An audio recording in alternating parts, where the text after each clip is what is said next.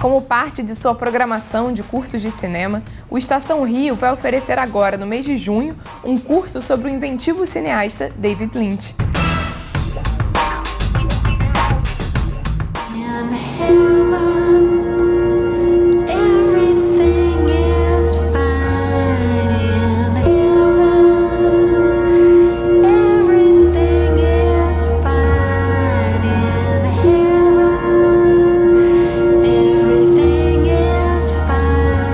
Sou amante do cinema, sou crítico de cinema há mais de 25 anos. E o David Lynch, para mim, foi um dos poucos cineastas, depois dos anos 80, que me chamou muito a atenção. Não é à toa que fizeram uma eleição agora, da primeira década do novo século, de 2000 a 2010, que o melhor filme mais representativo deu Mulholland Drive. David Lynch, para mim, é um cineasta que está além da curva. Ele fez uma obra diferente dos outros.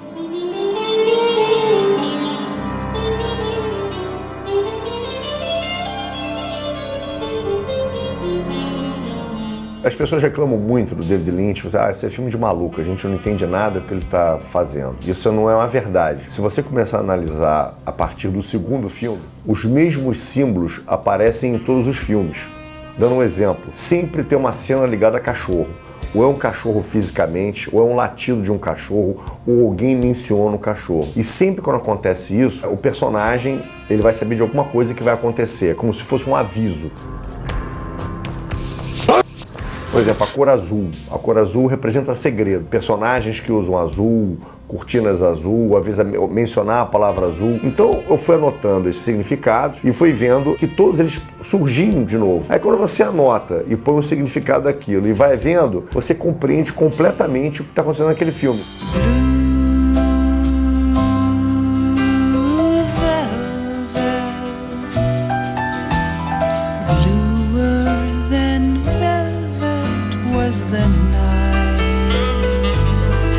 Eu acho interessante que o David Lynch é um dos poucos cineastas que trouxe o surrealismo para o cinema comercial e deu certo. Quando ele fala assim, para mim existem dois universos, como fosse nos populares quadrinhos o Terra 1 e o Terra 2, e que esse Terra 2 seria o mundo dos sonhos. Mas ele fala, e se o sonho for um outro universo?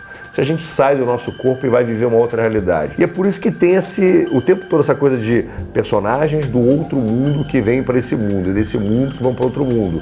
E por isso que o agente Cooper no Twin Peaks, ele atravessa a cortina vermelha e conversa com os seus clones do outro mundo. E aí você começa a entender que não é uma maluquice, é uma teoria e ela é toda fundamentada na filmografia dele.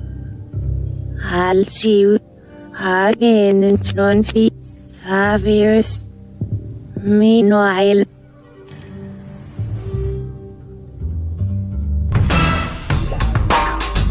Quem tem medo de Terezinha Soares? Esse é o nome da exposição recém-inaugurada pelo MASP, que faz uma importante retrospectiva dessa artista que foi uma das pioneiras a assumir a militância feminista em suas obras. Dá uma olhada.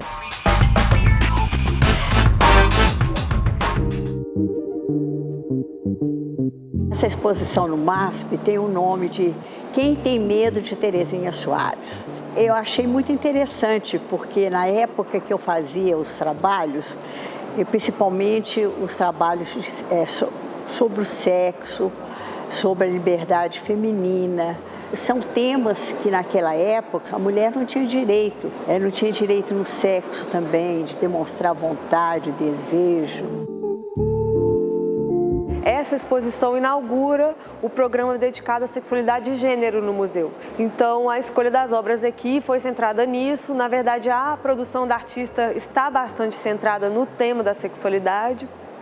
E aqui é uma perspectiva feminina do próprio corpo da mulher, do prazer sexual feminino, da vivência feminina no mundo, da violência contra a mulher, de uma perspectiva de uma artista mulher. A religião foi muito importante, é um dos pilares do meu trabalho. É o universo feminino, a Igreja Católica e também a política. São os três pilares da minha obra. A maioria dos trabalhos da artista estão aqui representados, diferentes mídias, a gente tem grandes pinturas, pinturas em menor formato, pinturas sobre papel, gravuras. É uma sensação orgânica necessária, fisiológica, de pôr para fora aquilo que estava dentro de mim, com vontade de chocar, de chamar atenção, de fazer coisas bem berrantes. Aquela mulherzinha que você conheceu morreu sem alarde, sem enterro, sem vela nem caixão. Morreu morrendo de consumação. Ardia de amor e se queimava. Quanto mais sonhava, piorava. Cuidados não lhe faltaram. Riso de criança, soro de vida. Buscaram outros caminhos. Transfusão de esperma, coração de homem doado e rejeitado. Nada. Ela foi se consumindo, foi sorrindo, foi sumindo e foi morrendo.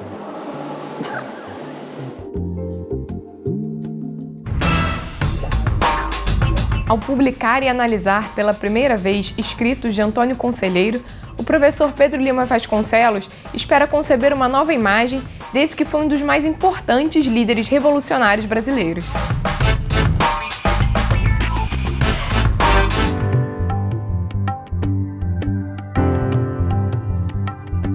Trata-se da edição de um manuscrito produzido por Antônio Conselheiro, Antônio Vicente Mendes Maciel, conhecido como o líder do arraial que passou para a história brasileira com o nome de Canudos, que ele mesmo nomeava Belo Monte. Trata-se de um caderno produzido por ele. Esse manuscrito ele ficou esquecido durante esses 120 anos e finalmente ele vem à tona, ele é publicado e coloca a possibilidade de tomar contato com escritos desse líder.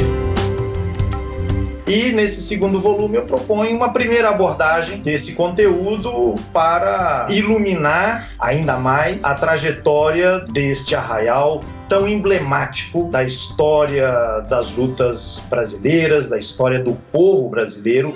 É preciso mostrar aos donos da terra o poder e a força do santo. A figura de Antônio Conselheiro, ela ficou perpetuada na história brasileira por conta da obra de Euclides da Cunha, o seu livro Os Sertões. No entanto, é preciso recordar que Euclides da Cunha faz uma verdadeira caricatura de Antônio Conselheiro e o leitor interessado precisa confrontar o conselheiro que emerge dos seus manuscritos e o conselheiro que emerge do capítulo 4 da parte 2 de Os Sertões. Porque ali Euclides carrega na tinta justamente para realizar o processo de demonização do conselheiro. Então o conselheiro é o anacoreta sombrio, é o grande homem pelo avesso, é aquele que podia ter ido para o hospício, mas na falta de vaga no hospício acabou passando para a história. No entanto, quando a gente toma contato com a obra escrita, assinada pelo conselheiro, nós justamente vamos encontrar uma outra maneira de pensar a personagem.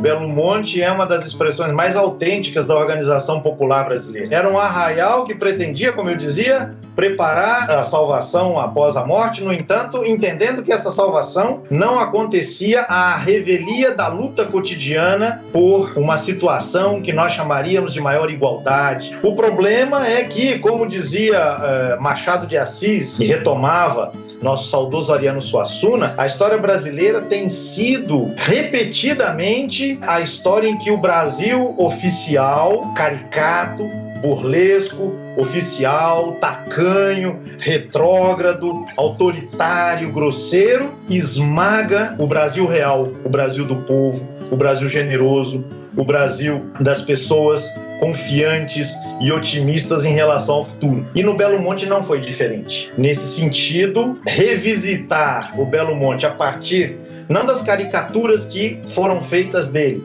mas a partir de um material como esse, a produção escrita de Antônio Conselheiro, certamente ajuda a repensar a própria compreensão que se tem dessa dinâmica tensa, violenta, mas de renovadas esperanças e utopias que carrega a história brasileira.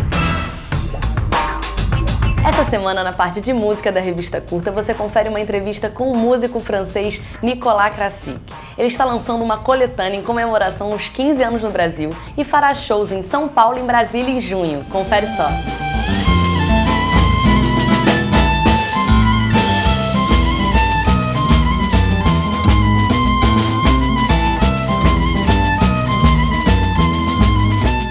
Olá, eu sou Nicolas Krasik, eu acabei de fazer o show de lançamento de um projeto de comemoração dos meus 15 anos no Brasil. Reuni as músicas que eu mais gosto de tocar no palco ao longo desses 15 anos, as músicas que ficaram no repertório estão nesse CD de coletânea. Eu tenho, na realidade, 6 CDs gravados, mas o sexto é um duo com Mestrinho, então eu coloquei ele separado.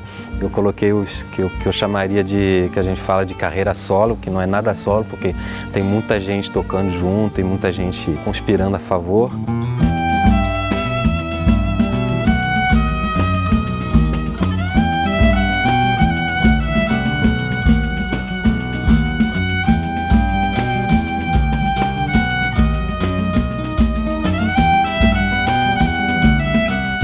Quando eu morava na França, eu escutei muita música brasileira sem saber exatamente o que era o que, né? Eu não sabia bem os gêneros, eu aprendi mais aqui. Então, de samba eu pesquei muito assim nas rodas que eu acompanhei. João Nogueira, do Chico Buarque, do Nelson Cavaquinho.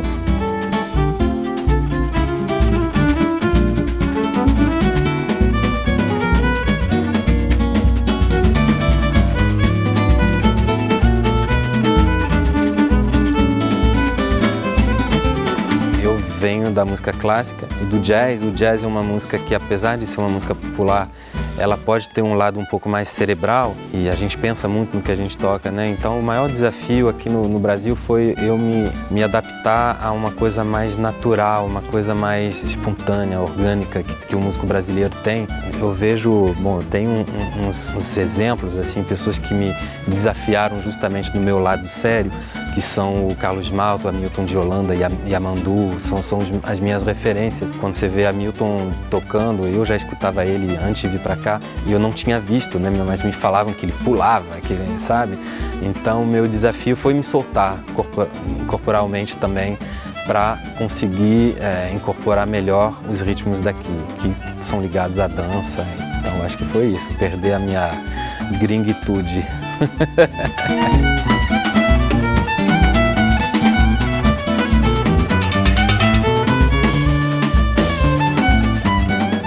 Eu tenho essa formação de trio já faz muito tempo. O trio foi a formação mais compatível, né, com tudo que eu queria poder tocar, né? Ter percussão, violão de 7 cordas, que é extremamente brasileiro, que traz o grave, que quase é um contrabaixo. Com a percussão a gente pode tocar samba, forró, choro.